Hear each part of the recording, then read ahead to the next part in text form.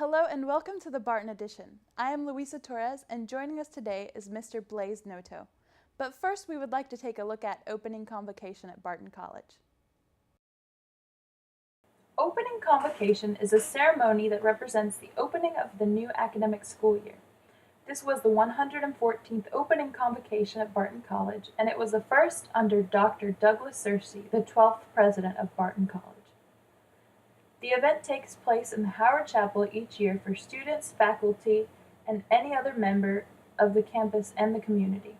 Together they join in to celebrate the new academic school year, and even the resonance of the historic Kinsley Hall bell can be heard during this event. The formal event includes a processional in which all faculty members wear their caps and gowns as they enter the ceremony. There is a welcoming for students, and hymns and prayer are a large part of the tradition of convocation. This year's guest speaker was Barrett Martin, an alumni of Barton College.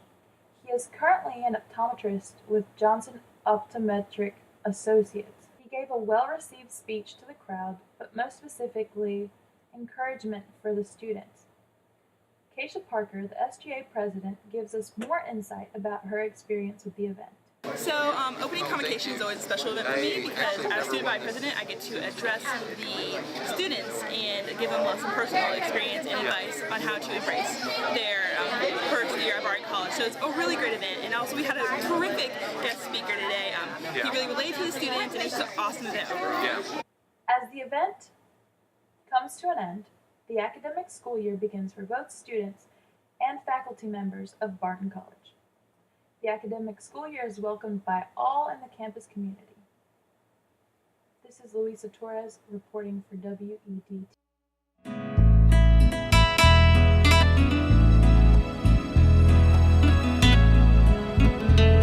Joining us is Mr. Blaise Noto as a guest on the Barton Edition. Thank you for joining us on the show, Mr. Oh, you're welcome, Blaise. Lisa. Thank you for inviting me. I appreciate it. And well, just to start talking about, what brought you here as a visiting professor,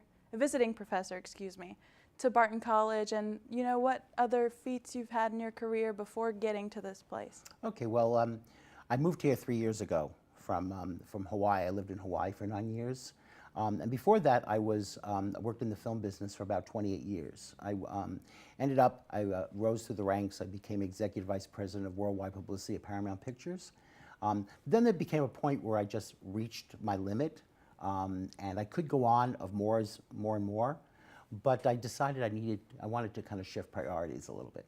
So what I did was I opened my own business, my own marketing communications business. I moved to Hawaii. I always wanted to live there, and I did a lot of work in Southeast Asia. But while I was at Paramount, I handled all the different publicity campaigns for their movies. I've handled about 400 campaigns, in my career. And I was in charge of mounting the PR campaign for all of their movies, doing their Academy Awards campaigns. And also I had a big department. I had about 150 people that would report to me at any one time. So some of the films I worked on Titanic, I worked on Braveheart, I worked on Forrest Gump. I handled 5 of the Star Trek movies. I worked on Mission Impossible 1 and 2. And I've even done things like the Rugrats movies, Okay.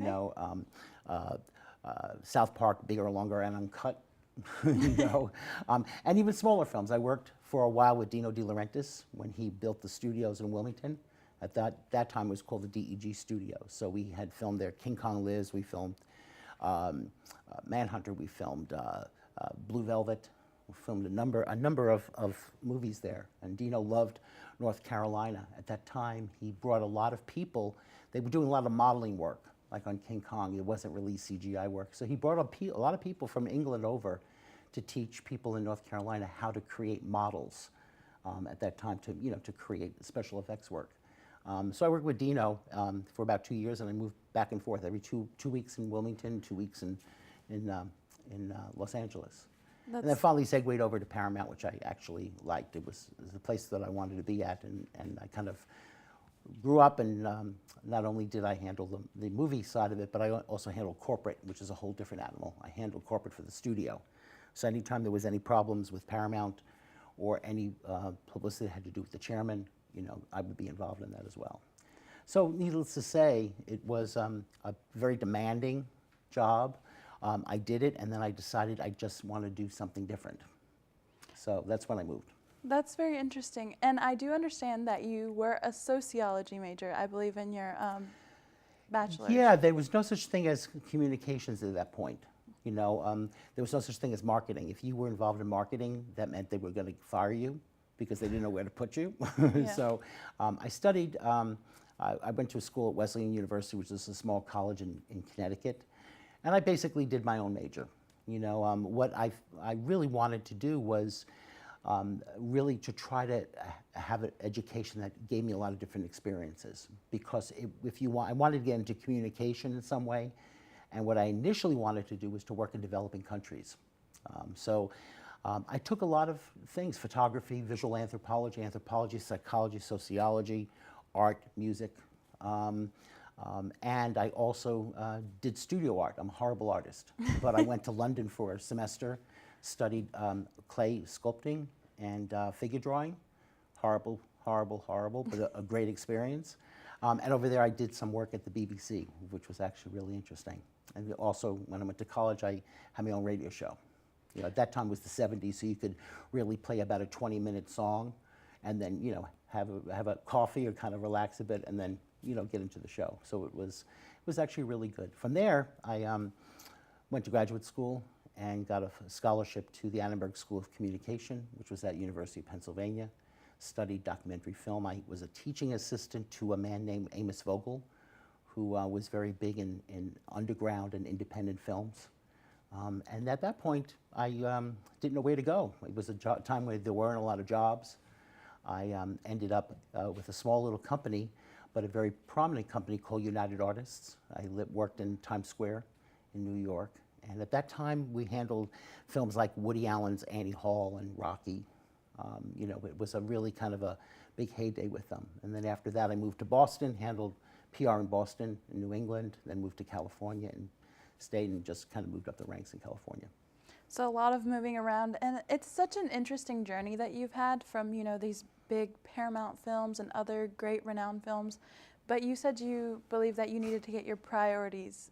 And what has that journey kind of been like for you? You know, it's been good because I think what you have to take a few things and you have to look at them in terms of how important they are in your life. You know, I think one of the things that I really enjoyed about college was the experience of it. Not so much, I liked the learning of it. I liked learning new and different things. That's one of the reasons I like teaching, because I learn about things. But to me, that was really what it became about, was I took courses like American Indian vocal music. I also played the gamelan, the Javanese gamelan, for 2 years. And where could you get experiences like that? And I think that helped me not to be afraid of things, to be more open about different cultures, different people. And that kind of went over and into my adulthood.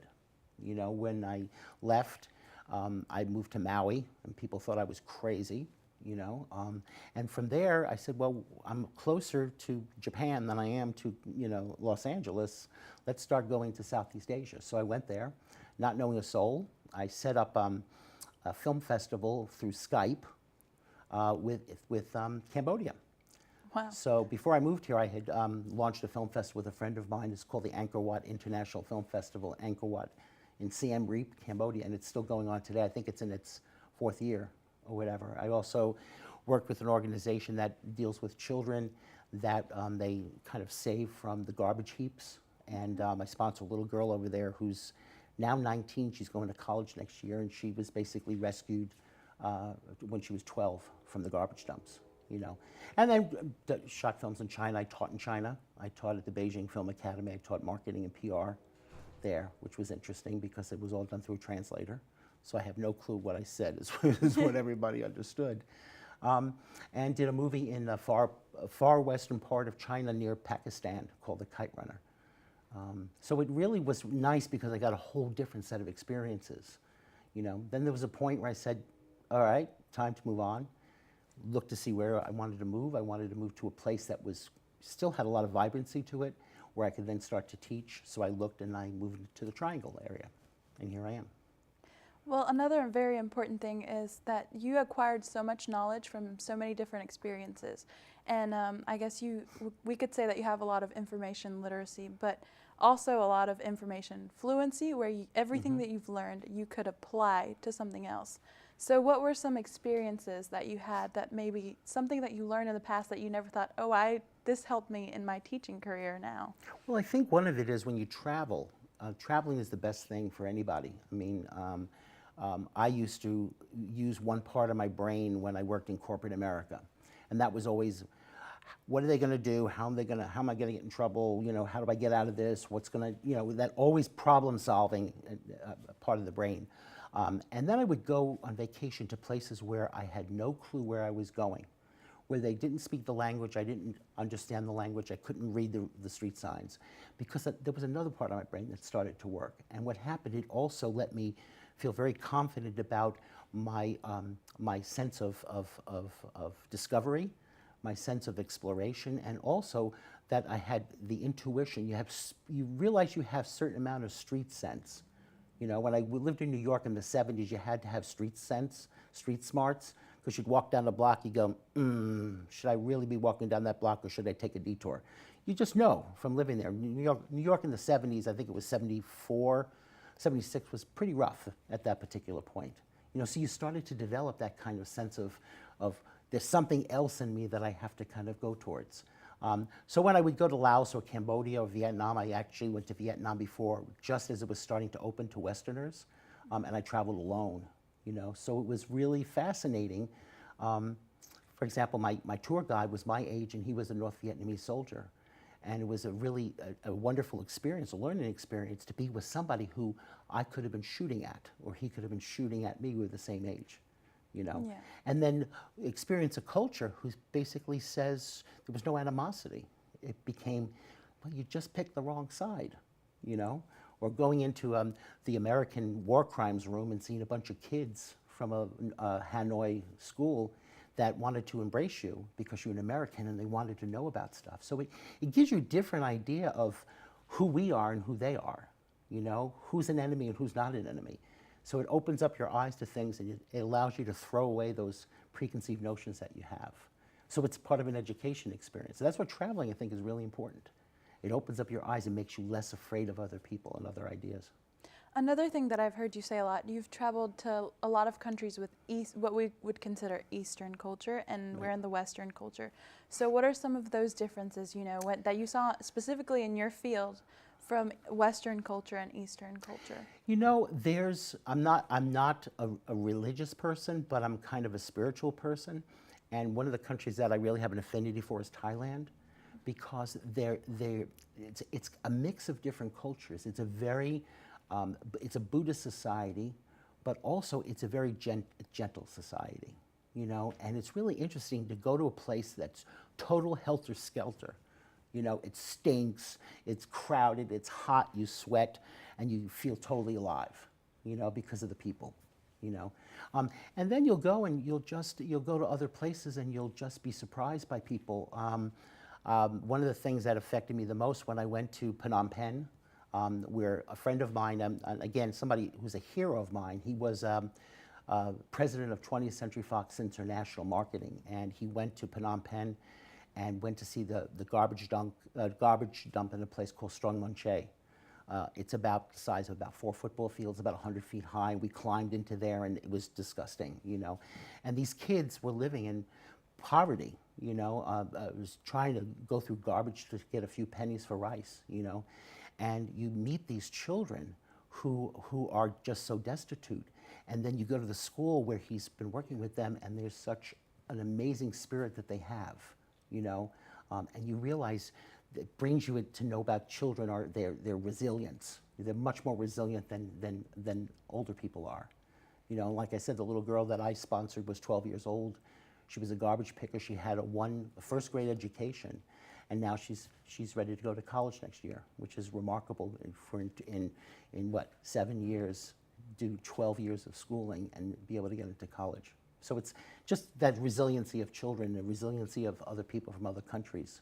You know, we have lessons to kind of learn from that. Correct.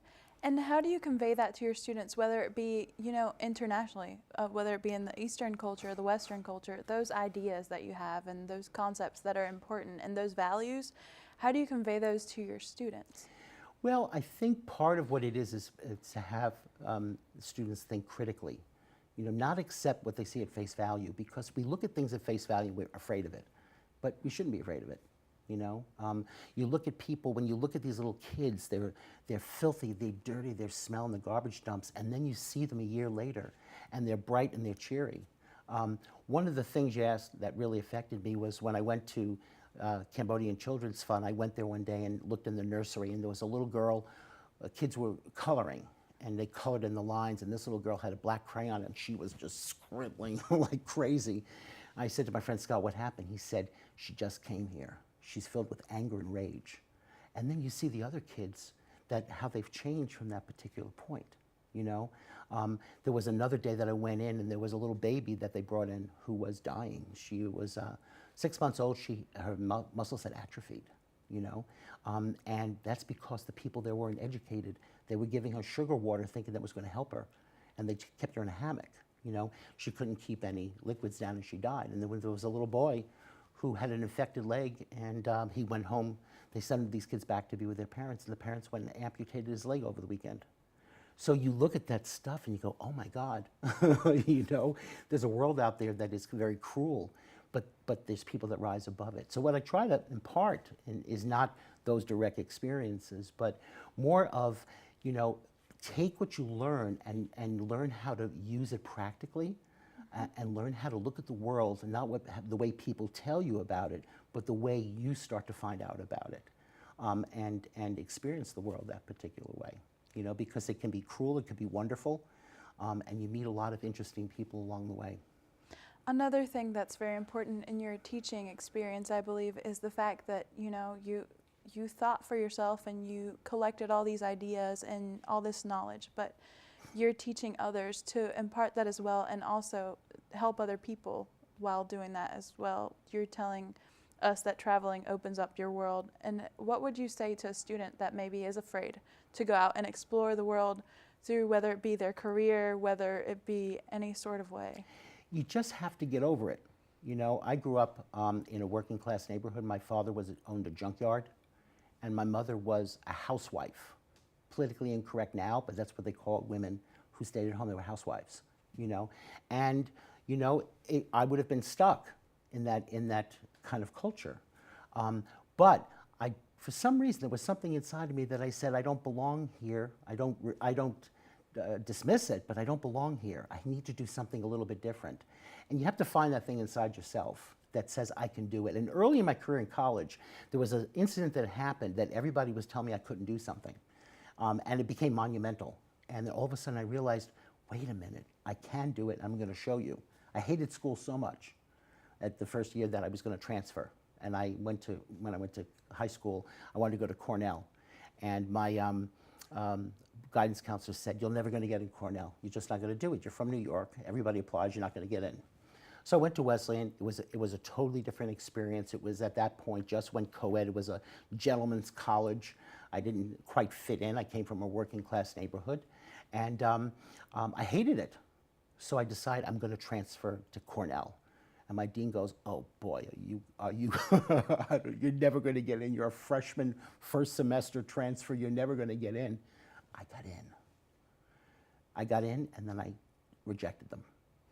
And I went back to my dean, and he said, I knew you were going to do that. I just knew you were going to do that. I had to prove something. I had to prove something, that I'm saying I don't belong in this place because I don't fit in with who these people are. And then everybody told me I couldn't go to the place that I wanted to go to. And I got in now the place that I wanted to go to, and everybody told me I couldn't get into it. Now I don't want to go to it.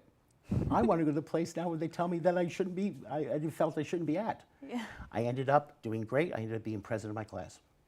So a lot of that really has to do with, where do you find that thing in yourself where you say that I can do it, and have the confidence that you can, even though everybody is telling you can't. That's difficult.